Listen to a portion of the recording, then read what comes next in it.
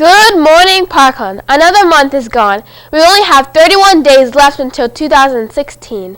Today's weather will be rainy and 52 degrees. Please stand for the Pledge of Allegiance. I pledge allegiance to the flag of the United States of America and to the republic for which it stands, one nation, under God, indivisible, with liberty and justice for all. It's time for the Aerospace Fact of the Day. Today's fact comes from our principal, Mrs. Yang. Have you ever heard the name Katherine Johnson? She is known as the girl who loved to count.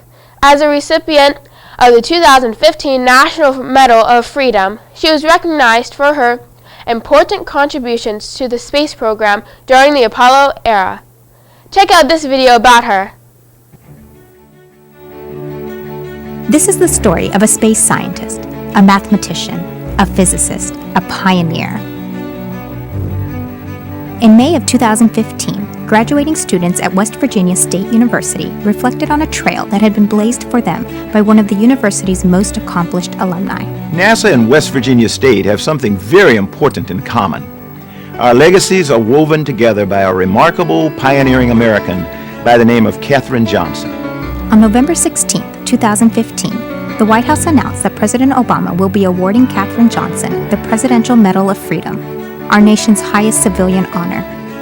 In their official announcement, the White House cited Katherine's influence on every major space program, from Mercury through the shuttle program. During her remarkable 3 decades at NASA, Katherine calculated the launch window for America's first human spaceflight. She verified the calculations for John Glenn's historic first American orbit of Earth. She calculated the trajectory of Apollo 11's flight to the moon and worked on the plan that saved the Apollo 13 crew and returned them safely to Earth. A native of White Sulphur Springs, West Virginia, Katherine's intelligence always outpaced her age. As a young child, she used to follow her older brother to the 2-room building where he went to school. Her brother's teacher was amazed at her ability to read at such a young age and invited her to attend summer school. Thus began a remarkable path of learning and discovery. I was always around people who were learning something. I liked to learn. You learn if you want to, so you've got to want to learn. Katherine enrolled in high school at the age of only 10 years old. She would often walk home with her principal after school, and he'd point to the constellations of the stars in the sky. Katherine never stopped looking upward or reaching for new heights. Even in the face of personal adversity, Katherine was determined to follow her dreams. In 1953, these dreams brought her to NASA's Langley Research Center. Originally, Katherine was hired to join a team that was nicknamed Computers Who Wear Skirts. But when the opportunity came to help out the all-male flight research team on what was supposed to be a temporary basis, she seized it. And so impressed her male colleagues, they chose not to send her back. She would stay at Langley and with NASA until her retirement in 1986. I didn't feel the segregation at NASA because everybody there was doing research. You had a mission and you worked on it, and it was important to you to do your job. Katherine Johnson helped write the first textbook on space, and today she continues to rewrite history through an enduring impact she has had on space science, civil rights, and gender equality. When Katherine Johnson's mother warned her that she was moving to Virginia during a tough time in American history for Black women and men, she responded, "Well, tell them I'm coming." She helped lay the groundwork for our journey to Mars, so future generations of explorers will also be able to say, "Tell them I'm coming."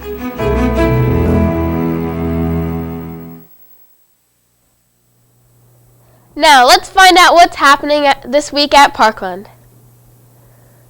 Weight training will only meet today, only this week. After that, you won't meet again until December 22nd.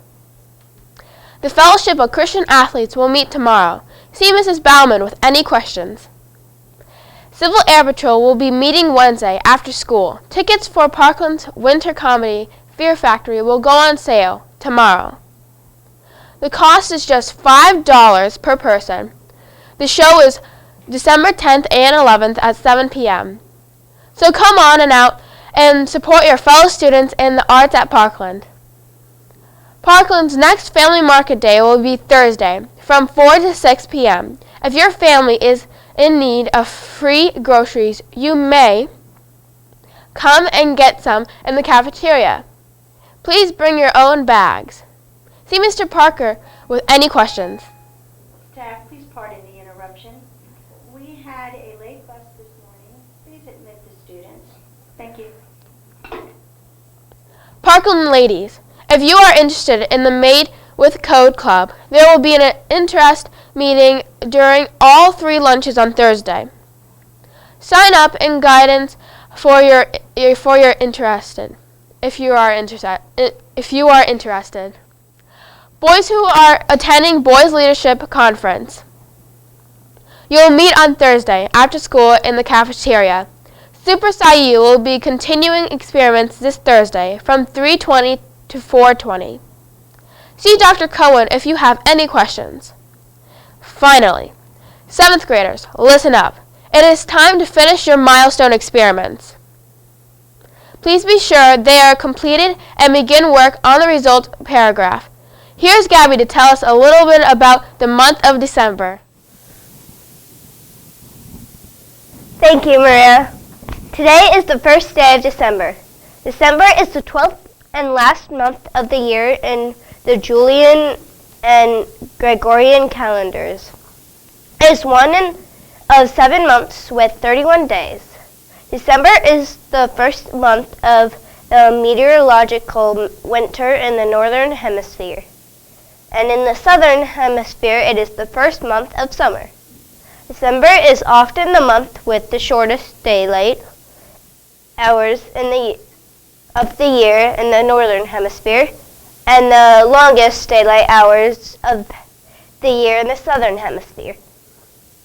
It gets its name from the Latin word decem, meaning 10, because it was originally the 10th month of the year, and the Roman calendar, which began in March. The 3 major holidays observed in December are Hanukkah, Christmas, and Kwanzaa. It is also when we start really expecting snow here in the northern hemisphere. Remember, if we get snow this December, don't act like these people. Weather outside is frightful, but the fire is so delightful. Since we've no place to go, let it snow, let it snow, let it snow. It doesn't show signs of stopping, and I brought some corn for popping. Lights are turned down low. Let it snow, let it snow, let it snow. When we finally kiss goodnight, how I'll hate going out in the storm. But if you'll really hold me tight, all the way home I'll be warm.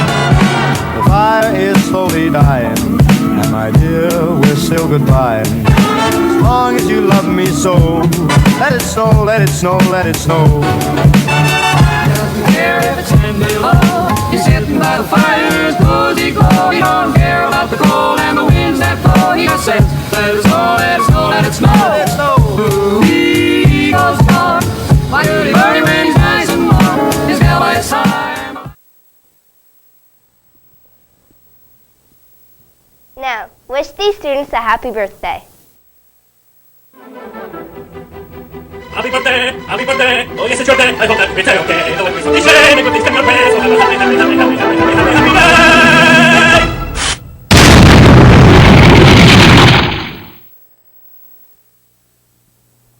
Thanks, Gabby. Martin Luther King once said, "Our lives begin to end the day we become silent about things that matter." If you see something wrong, Panthers, let someone know. Don't be afraid to tell somebody. Have a great day, and we will see you tomorrow. Bye!